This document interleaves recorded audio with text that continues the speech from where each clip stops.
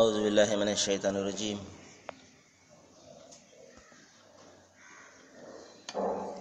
بسم الله الرحمن الرحيم. ولا يحزنك الذين يسارعون في الكفر إنهم لن يضروا الله شيئا يريد الله ألا يجعل لهم حظا في الآخرة వలహుం అజాబున్ అజీమ్. సదకల్లాహుల్ అజీమ్. అనంత కరుణామయుడు అపార కృపాశీలుడైన సృష్టి ప్రభు అల్లాహ్ శుభనామంతో ప్రారంభిస్తున్నాను. సోదర సోదరిమణులారా, అయ్యలారా, అమ్మలారా, అస్సలాము అలైకుం రహమతుల్లాహి వబరకాతుహు.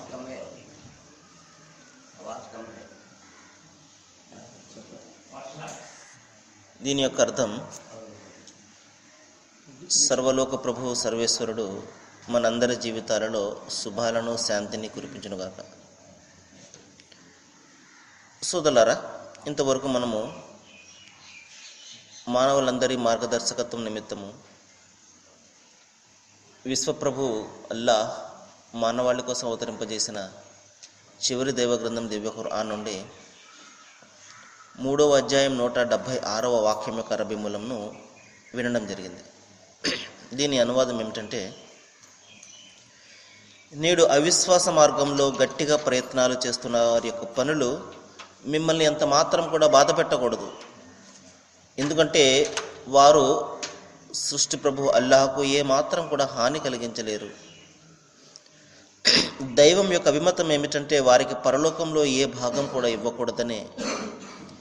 చివరికి వారికి కఠినమైనటువంటి శిక్ష పడుతుంది. ఎందుకంటే విశ్వాసానికి బదులుగా అవిశ్వాసాన్ని కొనుక్కున్న వాళ్ళు వీళ్ళు. నిశ్చయంగా వీరు అల్లాహకు ఏ మాత్రము నష్టం కలిగించలేరు. వారి కొరకు వ్యధాభరితమైనటువంటి శిక్ష ఉన్నది. సోదరులారా, ఎవరైతే అవిశ్వాస మార్గంలో కార్యకలాపాలు చేస్తుంటారో, అవిశ్వాసం అంటే ఈ సృష్టికి ప్రభువు ఒక్కడు కాడు అని, అనేక మంది ఉన్నారు అని విశ్వసించడము, మరి దైవానికి సాటిని సమానాన్ని కల్పిస్తుండడము, మానవులను ఇతర జీవజాలాలను దేవుని యొక్క స్థానం ఇచ్చి ఆరాధించడము, ఇంకా ఈ జీవితము దైవం ఇచ్చినటువంటి మార్గదర్శకత్వం ప్రకారం కాకుండా ఆయన పంపినటువంటి ప్రవక్త మరియు గ్రంథాల వెలుగులో కాకుండా తమ ఇష్టం వచ్చినట్లు మరి జీవితం గడపడం, మరణానంతరము దైవం ముందు నిలబడి సమాధానం చెప్పుకోవాలి అన్న స్పృహ లేకుండా నా జీవితం నా ఇష్టము అని ఎవరైతే జీవితం గడుపుతుంటారో వారిని అవిశ్వాసులుగా అంతిమ దైవ గ్రంథం ఖురాన్లో సృష్టి ప్రభువు పేర్కొంటున్నాడు. మరి వీరి పనులు ఏ విధంగా ఉంటాయి అంటే చాలా ఆకర్షకంగా ఉంటాయి. మరి ప్రపంచంలో వీళ్ళను చూసినప్పుడు మరి చాలా ఎంతో ఉన్నతమైనటువంటి స్థానాలను పొందేవాళ్ళుగా మనము గమనిస్తాము. అంతేకాకుండా సత్యాన్ని అణచడానికి అనేక రకాల ప్రయత్నాలు కూడా వాళ్ళు చేస్తుంటారు. తమ బలంతో, ధన బలంతో, అంగబలంతో సత్యాన్ని అణచడానికి వారు కృషి చేస్తారు, అణిచివేస్తూ ఉంటారు కూడా. కాబట్టి ప్రపంచంలో చూసినప్పుడు వారి యొక్క డబ్బు దర్పాలను, వారికి లభించే గౌరవాలను, వారికి లభించినటువంటి పదవులను చూసి సహజంగా మనిషి వీరు చాలా గొప్పవాళ్ళేమో అని భావిస్తుంటాడు, పొరపాటు పడుతుంటాడు. మరి గతంలో ఒక గొప్ప ధనవంతుడు గతించాడు. మనము ఈ వ్యక్తిని గురించి చాలాసార్లు విని ఉన్నాము. కారూన్ అనే ఒక వ్యక్తి. అతని వద్ద ఎంత ధనం ఉన్నదో అతనికి లెక్క లేకుండా మరి పెద్ద పెద్ద బలవంతులు సైతము అతని ధనాగారాల యొక్క తాళం చెవులను ఎత్తలేకపోయేవారు. అంత గొప్ప ధనవంతుడు. మరి చాలా అతని ధనాన్ని చూసి ఎంతో వెర్రవిగేవాడు. ఈ ధనము నా జ్ఞానం ఆధారంగా నేను సంపాదించాను. ఎందుకంటే సహజంగా ఒక మనిషి మరి అవినీతి మార్గంలో, అక్రమమైనటువంటి మార్గంలో వెళ్ళినప్పుడు మాత్రమే అతని వద్ద అంత ధనం ఉంటుంది. లేకపోతే నీతిగా నిజాయితీగా ఎంత ధనం సంపాదించగలడు ఒక వ్యక్తి సోదరులారా? సరే, ఎక్కడో కొంతమంది ఉంటారు నీతిగా నిజాయితీగా సంపాదించేవాళ్ళు.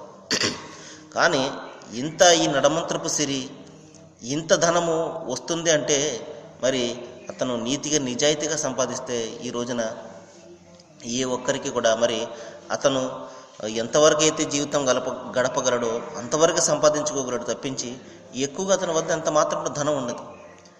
అయితే అంత ధనవంతులందరూ చెడ్డవాళ్ళని ఎంత మాత్రం కూడా నా ఉద్దేశం కాదు సోదరులారా. కొంతమంది ఉంటారు నీతిగా నిజాయితీగా సంపాదించేవాళ్ళు. కానీ ఎక్కువగా మనం ప్రపంచంలో చూస్తుంటాము మరి ఈ ధనము మరి అవినీతి మార్గాల ద్వారా, అక్రమమైనటువంటి మార్గాల ద్వారా ఇతరుల హక్కులను కొల్లగొట్టడం ద్వారానే ఎక్కువగా ధనాన్ని సంపాదిస్తుంటారు. మరి అదేవిధంగా ఆ వ్యక్తి కూడా, హారూన్ అనే వ్యక్తి కూడా ఎంతో గొప్పగా ధనాన్ని సంపాదించి అనుకున్నాడు, నేను నా జ్ఞానం ఆధారంగా, నా శక్తి సామర్థ్యాల ఆధారంగా ఈ ధనాన్ని సంపాదించాను అని. చివరికి భయంకరమైనటువంటి ఒక శిక్ష పడింది, భూకంపం వచ్చింది. మరి అతని ధనాగారం అంతా కూడా కుప్పకూలిపోయింది. ఎందుకు కూడా పనికి రాకుండా పోయింది, చిల్లి గవ్వ కూడా లేకుండా పోయింది సోదరులారా. అదేవిధంగా మనం చూస్తుంటాం ధనమదంతో మరి అహంకారంతో కొట్టుమిట్టాడుతున్న వాళ్ళను కేవలం ఒకే ఒక పెద్ద భూకంపమో లేకపోతే పెద్ద ఆపద వస్తుంది, రాత్రికి రాత్రే మరి బికారుల మాదిరిగా మారిపోయే వాళ్ళని మనం చూసే ఉన్నాము. ఇక్కడ దైవం సెలవిచ్చే విషయం ఏమిటంటే, అవిశ్వాస మార్గంలో మరి ప్రయత్నాలు చేస్తున్న వారి యొక్క పనులు మిమ్మల్ని బాధ పెట్టకూడదు. ఇక్కడ మీరు అంటే విశ్వాసులు, ఎవరైతే సత్యాన్ని నమ్ముకున్న వాళ్ళు, ఎవరైతే ధర్మాన్ని నమ్ముకున్న వాళ్ళు, ఎవరైతే నీతిని నిజాయితీని ఎవరైతే నమ్ముకుంటారో, సహజంగా వీరికి ఎటువంటి విలువ ఉండదు. ప్రపంచంలో చాలా తక్కువైనటువంటి వాల్యూ ఉంటుంది వీళ్ళకి. సమాజంలో విలువ అనేదే ఉండదన్నమాట. ఎవరైతే సత్యం మీద నడుస్తుంటాడో మరి సమాజంలో అతను అంటే చాలామందికి లోకుగా కనబడుతుంటుంది. మరి నీతికి నిజాయితీకి కట్టుబడి ఎవరైతే జీవితం గడుపుతుంటాడో అతని వద్ద ఏ ధనము ఉండదు, ఏ పేరు ప్రఖ్యాతులు ఉండవు, ఏ డబ్బు దర్పాలు ఉండవు, అధికారం ఉండదు. అందుకనే సమాజంలో వీరికి ఇటువంటి వ్యక్తులకు విలువ అనేది ఉండదు సోదరులారా. కానీ సమాజంలో విలువ లేకపోయినా దేవుని దృష్టిలో అత్యంత విలువ గల వాళ్ళు వీళ్ళే సోదరులారా. అంతిమ దైవగ్రంథం ఖురాన్లో చెప్తున్నాడు, ఎవరైతే ప్రపంచంలో వేళాకొలం చేయబడతారో, ఎగతాళి చేయబడతారో, ప్రపంచంలో పరలోకంలో ఉన్నతమైనటువంటి స్వర్గ సౌధాలను వారు పొందుతారు, ఉన్నతమైనటువంటి స్థానాలను వారు పొందుతారు. అందుకే మహాప్రవక్త ముహమ్మద్ సల్లల్లాహు అలైహి వసల్లం వారు ప్రవచనంలో చెప్పారు, బీదవాళ్ళు ధనవంతుల కంటే ముందుగా స్వర్గంలో ప్రవేశిస్తారు అన్నారు. 500 సంవత్సరాల ముందు వాళ్ళు మరి వాళ్ళకంటే 500 సంవత్సరాల ముందు వాళ్ళు స్వర్గంలో ప్రవేశింపజేయబడతారు అన్నారు. అందుకని ప్రవక్త వారు ఎప్పుడో ఒక ప్రార్థన చేసేవారు, అదేమిటంటే, ఓ దైవమా, ఓ అల్లాహ్, నన్ను బీదవానిగానే ఉంచు, బీదల నుండి నన్ను లేపు అని చెప్పేసి ప్రార్థన చేసేవారు. కాబట్టి సోదరులారా, అవిశ్వాస మార్గంలో ఎవరైతే ప్రయత్నాలు చేస్తున్నారో, సత్యాన్ని అణచడానికి ఎవరైతే ప్రయత్నాలు చేస్తున్నారో, వారి ప్రయత్నాలు చూసి మరి విశ్వాసులు ఎంత మాత్రం కూడా బాధపడకూడదు. కొద్దిపాటి ప్రాపంచిక సౌఖ్యాలను వారు అనుభవించవచ్చేమో కానీ అంతిమ విజయం మాత్రము సత్యానిది, ధర్మానిది, నీతిది, న్యాయానిది మాత్రమే సోదరులారా. నిజాయితీది మాత్రమే అంతిమ విజయము. కాబట్టి తాత్కాలికంగా మరి అసత్యము కానీ, అధర్మము, అవినీతి, అక్రమాలు, అవిశ్వాసము విజయాన్ని సాధిస్తూ ఉన్నట్లుగా కనిపిస్తూ ఉన్నప్పటికీ కూడా సోదరులారా, మరణానంతరము మనము ఎదుర్కొనే ఆ రోజున, తీర్పు దినాన్న నిజమైనటువంటి విజయం ఎవరిది అంటే సత్యానిదే. సత్యము ఏమిటి సోదరులారా? ఈ సృష్టికి దైవం ఒక్కడే అన్నది సత్యము. లా ఇలాహ ఇల్లల్లాహ్ అంటారు దీనిని అరబీలో. దీని అర్థం ఏమిటంటే, సృష్టికి ఒక్కడు తప్ప మరొక ఆరాధ్యుడు లేడు. ఈ సృష్టికి ప్రభువు ఒక్కడే. ఆయన అల్లాహ్ అనండి, దైవం అనండి, సర్వేశ్వరుడు అనండి, యెహోవా అనండి, పేరు ఏదైనా ఆ సృష్టి ప్రభువు మాత్రము కేవలము ఒక్కడే. ఆయన చావు పుట్టుకులకు అతీతంగా ఉండేవాడు. ఆయన స్వరూపము, ఆయన స్వభావం ఎవరికి కూడా తెలియనిది. మరి ఆయన మనిషి కాడు. మరి అంతేకాకుండా ఆయన లాంటి వాడు కానీ, ఆయనతో సమానమైన వాడు కానీ, ఆయన కంటే గొప్పవాడు కానీ ఎవరు కూడా లేరు. ఆయన కేవలము మరి ఒక్కడు, మరి ఎప్పుడు కూడా గొప్పవాడుగా ఉండేవాడు. సోదరులారా, ఈ సత్యము మరి అంతిమంగా విజయం సాధించేది ఈ సత్యం మాత్రమే, ఈ ధర్మం మాత్రమే. దైవం ఒక్కనికి లొంగి జీవితం గడపడం అనే ఆ ధర్మం ఉంది చూసారా, దీనిని అరబీ భాషలో ఇస్లాం అని పిలుస్తారు. దీని అర్థం ఏమిటంటే సృష్టికర్తకు, సృష్టి ప్రభువుకు మరి సమర్పణ చేసుకుని ఆయన ఆజ్ఞ మేర జీవితం గడపడము, ఆయన పంపినటువంటి గ్రంథము మరియు ఆయన ప్రవక్త ప్రవచనాల వెలుగులో జీవితం గడపడాన్ని మరి సంపూర్ణంగా మరి సమర్పణ చేసుకోవడం అని అంటారు. ఈ విధానాన్ని అరబీ భాషలో ఇస్లాం అని పిలుస్తారు. సరే సోదరులారా, నిన్న మనము కొన్ని విషయాలు తెలుసుకున్నాము. మనిషి పుట్టుక యొక్క లక్ష్యం ఏమిటనేది. ఒకటి, అతను తన దేవుని హక్కును చెల్లించడానికి ఈ పుట్టుకను దైవం ప్రసాదించాడు. వమా ఖలఖతుల్ జిన్న వల్ ఇన్స ఇల్లా లియఅబుదు. ఓ మనిషి, నేను నిన్ను నా ఆరాధన నిమిత్తము తప్ప మరి దేనికోసము సృష్టించలేదు. సరే, నీ పొట్టను నింపుకోవడానికి నువ్వు పని చేయొచ్చు, ఎందుకంటే ఇది సహజం. మనిషి యొక్క స్వరూప స్వభావాలు మరి కష్టపడితే కానీ అతనికి ఆ జానడు పొట్ట అనేది నిండదు. ఇది కాదు మనిషిని పుట్టించడం యొక్క ప్రధాన లక్ష్యం ఏమిటంటే దేవుని యొక్క అతని సృష్టికర్తను అతను అన్వేషణ చేసి తెలుసుకోవాలి. నా దైవం ఎవరు అని అతను అన్వేషణ చేయాలి. కేవలం ఎవరు ఏదో చెప్పారు, నా తల్లిదండ్రులు, నా బంధుమిత్రులు, లేకపోతే నా వంశము, ఈ విధంగా తాత ముత్తాతల యొక్క ఆచారాలు ఈ విధంగా ఉన్నాయి కాబట్టి నేను ఈ విధంగా ఆచరిస్తాను, ఇది కాదు సోదరులారా మనము ఆలోచన చేయవలసింది. ఎందుకంటే దైవం మనకు అద్భుతమైనటువంటి జ్ఞానాన్ని మనకిచ్చాడు, బుద్ధిని, వివేకాన్ని మనకిచ్చాడు. వాటిని గురించి ఆలోచన చేయాలి. ప్రాపంచిక విషయాల గురించి మనం ఇట్టే నమ్మేస్తామా? ఉదాహరణకు ఆకాశం ముక్కలైపోయి కింద పడిపోయిందని ఎవరైనా చెప్పారనుకోండి, మనం నమ్మేస్తామా? లేదు, పరిశీలన చేస్తాం, పరిశోధన చేస్తాం. ఈ విధంగా జీవితానికి సంబంధించినటువంటి ప్రతి చిన్న విషయాన్ని గురించి మనం పరిశీలన చేస్తాం. మనకు సంబంధం లేనటువంటి ప్రతి విషయాన్ని గురించి మనం ఆలోచన చేస్తాం. గుడ్డిగా ఏది నమ్మం. అటువంటిది దైవం విషయంకి వచ్చేసరికి మన బుద్ధిని, మన జ్ఞానాన్ని మనం ఎందుకు వినియోగించడం లేదు? మన బుద్ధిని, మన జ్ఞానాన్ని మన తాత ముత్తాతలకు లేకపోతే వారి ఆచార సాంప్రదాయాలకు ఎందుకు మనం అప్పగించేస్తున్నాం? మన గ్రంథాల పరిశీలన మనం ఎందుకు చేయడం లేదు? ఈ విషయాన్ని దైవము మరి చాలా సూటిగా మనల్ని ప్రశ్నిస్తాడు. సోదరులారా, అద్భుతమైనటువంటి జీవితాన్ని నేను ఇచ్చాను, జ్ఞానాన్ని ఇచ్చాను, యవ్వనాన్ని ఇచ్చాను, నీవు ఏ విధంగా దీనిని ఖర్చు చేశావు?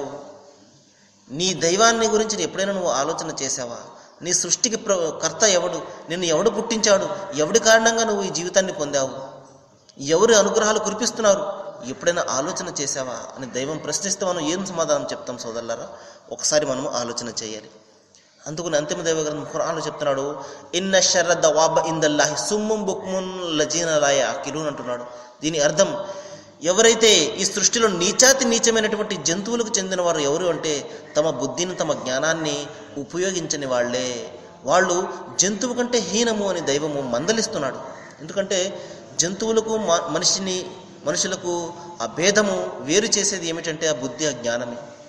ఆ బుద్ధి, ఆ జ్ఞానాన్ని మనిషి ఉపయోగించకపోతే మరి ఇతనికి, ఆ జీవజాలానికి ఏమాత్రం కూడా తేడా ఉండదు. అందుకనే దైవం మందలిస్తున్నాడు, నీ బుద్ధిని, జ్ఞానాన్ని ఉపయోగించి ఆలోచన చెయ్యి. ఈ సృష్టికి ఒక్కడు కాకుండా 2, 3 ఉన్నట్లయితే ఇది ఎంత సవ్యంగా నడుస్తుందా, ఇంత సక్రమంగా నడుస్తుందా అని. కాబట్టి సోదరులారా, దేవుని హక్కును చెల్లించడం అనేది మనిషి జీవితం యొక్క లక్ష్యము. ఆయన ఒక్కడని తెలుసుకుని ఆయనకు సంపూర్ణంగా లొంగి ఆయన ఆజ్ఞమర జీవితం గడపడం.